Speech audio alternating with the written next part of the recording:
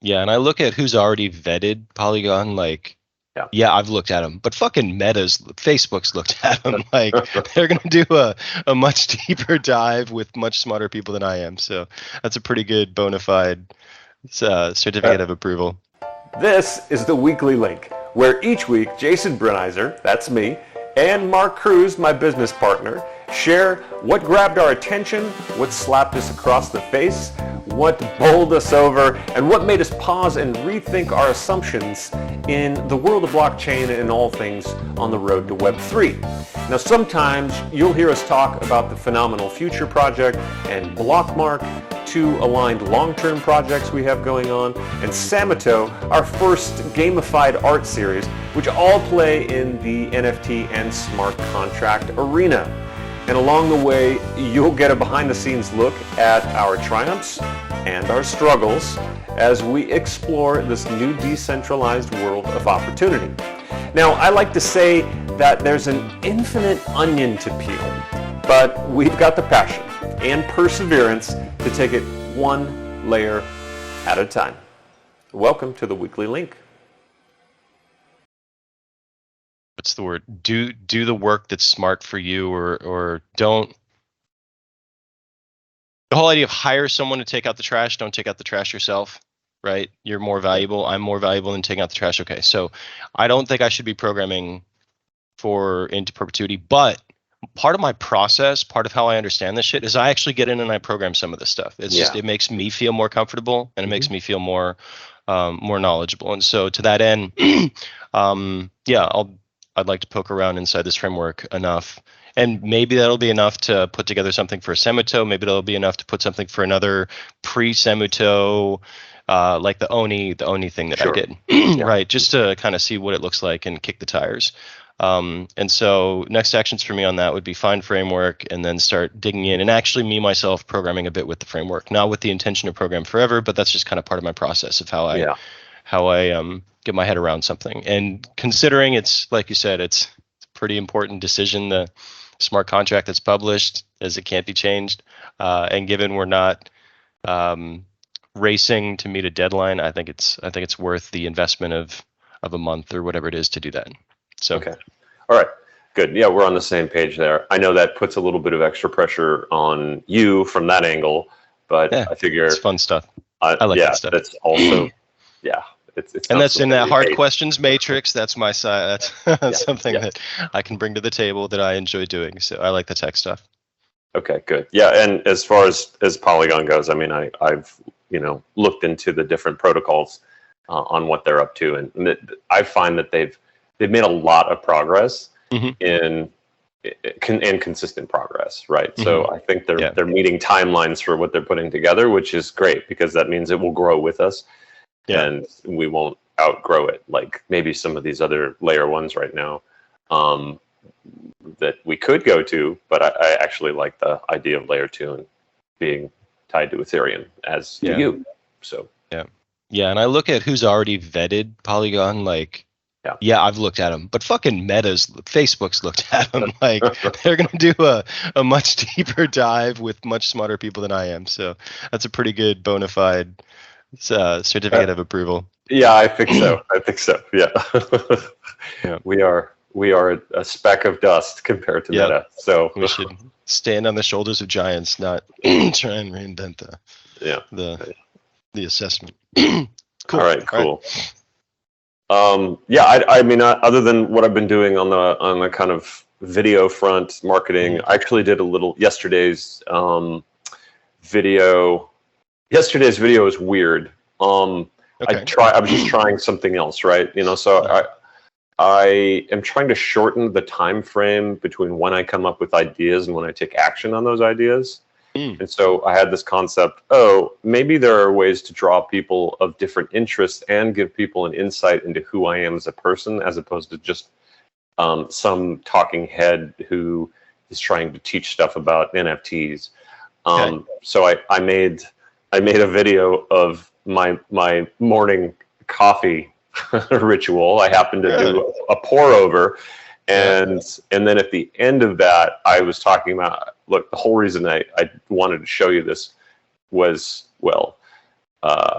because coffee snobs like me have a mindset that's very similar to collectors. Okay, and so it's like you want to get into the mindset of the people that you're trying to serve, and it was kind of fun. So it's ridiculously long. It's like 17 minutes because the process for pour overs and then me talking and all that kind of stuff. Yeah. But it was just like, people love coffee. Yeah. They might love coffee so much that they they might care to watch a video of how to make a proper pour over. Anyway, I'm just testing out different ideas. Yeah. Because if we can have different entry points into our content, absolutely, it'll help grow the audience a bit faster. Yeah. Yeah, and that all adds character and flavor to the people because I think we're going to be successful. Good ideas are good ideas, but also people make a difference. Good people make a difference. Yeah. I'm also today I will be testing taking little clips from that because they're a little like coffee snob advanced techniques or something that I talked about a couple times, and like I was thinking I could take little snippets of that and try to post those on TikTok and see if I can get any kind of traction there as well. I know nothing about TikTok, but I know other than this, and I learned this from Gary Vee, the algorithms on TikTok are different than the algorithms on every other social media platform. Facebook's a perfect example. It's a social graph, right? It's who you know. And the way that he described this was, let's say you went to college with 4 individuals and you became friends on Facebook, when you were in college as well as friends. And you kind of inherit that connection throughout the life cycle on being on Facebook, but your lives may diverge in so many different ways and you don't have the same interests anymore. And yet you're still, that's what the algorithm is trying to, these are people you like. These are people that you've interacted with before in the past. And so that's who you get in front. That's what shows up on your feed. Yeah. TikTok is not like that at all. It's interest graph. Okay. So it doesn't care who you know. It doesn't care who you're following at all. It only cares what kind of content you're interacting with. And so it will serve up information to you saying, I think you'll like this kind of stuff too, because you've liked that kind of stuff in the past. So as your interests change and your likes and your comments and all that stuff morph from, one interest to another, all of a sudden you're going to start seeing that different content and you won't be seeing what you saw in the past. So it grows with you in that way. And that's actually really cool for when you're trying to post content that is of a certain type. Obviously you want to get in front of people who really want that information. Yeah. Or entertainment. So because of that, I feel like it gives us a different opportunity. Yeah. I just, it's going to take me a while to crack what actually people will sit and watch for 30 seconds. Yeah, sure enough. Is that the video limit on TikTok? Do you know? No, actually, and just maybe yesterday, I saw a notification that said you can upload videos of 10 minutes. Now, oh wow, okay. I think it may mean that you can upload videos of a certain length, but you have to cut it down to 3 minutes max. That I'm not sure of yet. Okay. But it may mean they're going to slightly longer content. If they're allowing you to upload a little bit longer, maybe it will expand. Because initially it was probably only 30 seconds, and then they went to a minute, and then they went to 3 minutes. So it's hard to say if they're going to continue that trend. Yeah, sure enough. Okay. Sweet. Yeah, I had TikTok on my phone for a bit, and then I did some very light digging into their privacy policies and what kind of access they require on your phone, because I kind of just clicked through it and I promptly uninstalled it from my phone.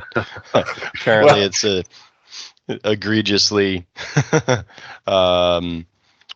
privacy violating app. I believe it. But it's also insanely popular and a lot of people use it. So I'm willing to take the hit to try to grow an audience faster. Yeah, absolutely. No, The funny, it's I the understand funny the thing is, perspective. I have to tell you this: the first video that it showed me when I made my account Mhm. was exactly the kind of junk that I don't want to be watching. Oh yeah. And it probably is only because it's sexual in nature. Hmm. It was some very girl next door, rainbow bread, Hmm. white bread kind of girl, Hmm. wearing pajamas outside with very large buttocks Hmm. and Yeah. her twerking in front of the camera in her pajamas. Like that was what TikTok thinks I want as a Yeah. 50-year-old male first setting up my account, which is Yeah. sad. It's so sad that that's what our culture is, but That's the other thing I hopefully don't I can like go is like some other content and get rid of that kind of junk. yeah. Yeah. That's the other thing I don't like is apparently the TikTok algorithms in the US lean towards showing hot chicks and dudes lighting their farts on fire, Yeah. whereas in China the algorithm leans towards like 3-year-olds playing violin and like 6-year-olds like playing 3 pianos at the same time and solving So Rubik's much cubes with better. their feet. Wonder. Yeah, wonder and awe Yeah, compared to, base either humor or sexuality. Yeah, yeah. that would And so be then that would be a nice difference. Yeah. my question is it the interests of the US that are driving that algorithm difference from TikTok because demand drives innovation, or is TikTok intentionally dumbing down the US while it's showing virtue and human achievement on the same platform, but within China? I don't know. Well, and that brings us right back into the whole blockchain conversation, where Yeah. you have a central authority that Hmm. they write algorithms, right? And but is the algorithm king? Not necessarily. They may be tinkering with the results and forcing Hmm. things to happen in different regions. Yeah. Chinese government might have said, "Hey, we don't want this kind of content showing up. Can you change the algorithm?" And they might have went, "Sure," because you've got 2.5 billion people in your country, which is a Yeah. third of the population on the planet. So yeah, Yeah. we'll do what you want. Yeah. Yeah. And you shouldn't be able to do that if your data is being served up on the blockchain. Now, of course, any application that's sitting on top of that data can create its own algorithm and game the system and all that kind of stuff. But you would Yeah. hope that because the data is available to anybody, that another competitor would say, "Oh, well, they're screwing their audience. I'm going to come over here and be true to the audience and give something." That's pristine. So I guess we're kind of seeing that in the NFT marketplace stuff too, right? There are lots and lots of marketplaces popping up. Yeah. I've been doing research on what's available out there and all the different types of art NFTs, and I have a list of like 30 or 40 right Wow. now. Yeah. For one, just kind of multi-chain, or for one chain, or across all chains, Some are or across all chains, or a lot of wow. chains. Yeah. Well, because I know like Ethereum had OpenSea, but now OpenSea's kind of expanded beyond that. Avalanche had their own that they liked. Polygon had one or two of their own that they liked. And that's a lot of marketplaces. That's really Yeah, impressive. let's see here. I have 40 on my spreadsheet here. Wow. So some of them, and some are specific to different types of art, and some are across, they're just like, we do everything. So, the Binance NFT marketplace on the Binance Smart Chain, right? They just service their own blockchain, but they do every type of NFT that's on that blockchain. But if you're looking at one called Audius, it's music only, and it's across Solana and Ethereum. Oh, wow. Yeah. Now that brings up something too that I've been trying to figure out, do a little bit of research on. Are NFTs, can NFTs be ported from one chain to another, and why would you want to do that? Now, one reason why I can think of course, is, if that chain is actually not viable any longer, if it's not being supported, then you would want to get the assets off of it and onto another one. That makes total sense to bridge across. But if they're both viable, is there still a reason why, people may want to, I guess, coalesce or something all of their assets into one wallet, for instance, if they really cared to do that? Yeah, I think that's going to be the biggest driver. It's just someone that wants to be able to see it all in a single wallet or render it.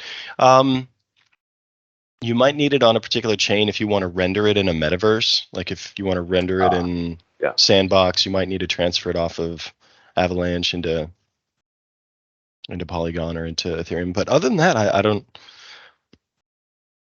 because it's easier right now. You can transfer money. You can wrap your Solana to buy something on the Ethereum network. Trade Solana for Ether and wrap it, and there's a bridge for that. Right.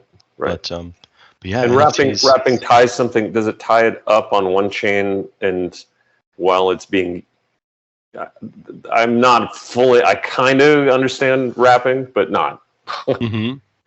So wrapping, it ties it up. It basically locks up that collateral. And it depends. I think there's like 2 or 3 different ways that they do it. One involves burning and reprinting. Another involves just locking up and releasing. But yeah, the extent of my knowledge is kind of what we learned at ETH Denver when they did that whole retrospective on the cross bridge attack that had happened a week or 2 earlier. Right. Yeah, I mean, I can understand the burning of something, on one chain as you're kind of bringing up the equivalent on the other chain. That makes sense to me. But if you're tying it up and then you're using an asset over here, if it's a cryptocurrency and you lose value, then there has to be some correlation of information going back to the original wrap to say, oh, this thing that we're holding in stasis has lost value, and then part of it gets burned, depend on the, that's where I have a hard. I know they figured this out, and obviously it's not necessary for us to know for NFT land, but I'm still interested. Yeah, absolutely. Yeah, I think it's just bridges that are chains that support each other's currencies. So, for example, as I understand, on Avalanche, there is something called wrapped Ether. And so to own one wrapped Ether on Avalanche, you have to have put one real Ether into a bridge contract. And so now this one wrapped Ether is equated to this one Ether that's been locked up. But I don't understand why you'd lock it up. Why wouldn't you just burn it? Because once it exists over here, you don't need it on this side of the table anymore. I don't know. I'll have to look into that. Yes, if you wanted to bridge back, if you're going back and forth a lot, go back. Yeah. Then it's not. You don't have to go get another ETH. Yeah, sure enough. But my understanding is, like, why would someone do it? So they've got 100 Ether. They want to take 10 Ether and they want to buy Avalanche. Well, what they would do is they would take 10 Ether. They'd wrap it. So they'd have 10 wrapped Ether. And then within the whole Avalanche ecosystem, there's some metric of, one wrapped Ether is worth this much AVAX, right? And so then you trade the Ether for AVAX, and then now the Ether goes off to someone else's wallet who you traded for that AVAX. Now you have the AVAX token. Maybe that's it. Maybe, yeah. So maybe that just holds as a ledger, so that way you can never have someone transfer back to Ethereum wrapped Ether. So that way Ethereum has their own ledger of okay, over the course of history, we have with checks and balances, we have 1,000 Ether that's been wrapped, and now someone is trying to unwrap 10,000 Ether. We're not going to honor that because there's only 1,000 on our books as having left the Ethereum network. Like, we're not going to let you cash out 10,000 Ether because there's only 1,000 total that's been bridged. I could see that. That would be a reason to wrap and not burn. So that way there's they always know what's gone out, and that way more can't come back in or less can't come back in and demand more type thing. Okay. Yeah, it would be interesting to see if that's a way that a chain becomes non-viable too. If so much of its assets get wrapped and gets ported over to bridged over to another chain, and you've got 50% of the value not flowing anywhere, just kind of stuck. I don't know if that would create a major problem, or if it would just increase the value of what's left on that chain. It's hard to say what the dynamics would be. Yeah. Yep. Okay. Sure Well, enough. we've gone off into the ether, as it were. Yes. Off into the weeds. Cool. And it is 9:30. All right. Good timing.